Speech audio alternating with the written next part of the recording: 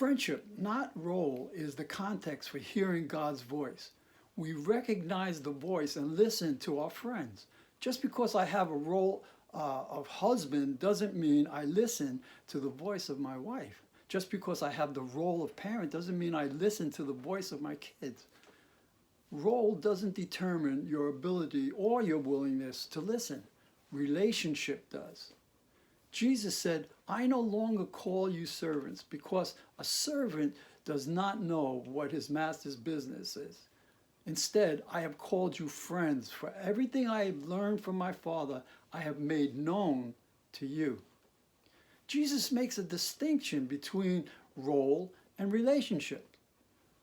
Slave was a role. Friend was a relationship. And what was the evidence that disciples were his friends? Because I have told you everything the Father told me. Best friends spend time together. They talk to one another. Best friends listen to one another. They confide in each other. In other words, Jesus made a direct connection between the depth of relationship as in a friendship and the ability to hear his voice. Why is that? Because relationship, not role, is the context for hearing and obeying the voice of God. Friends have great affection for one another.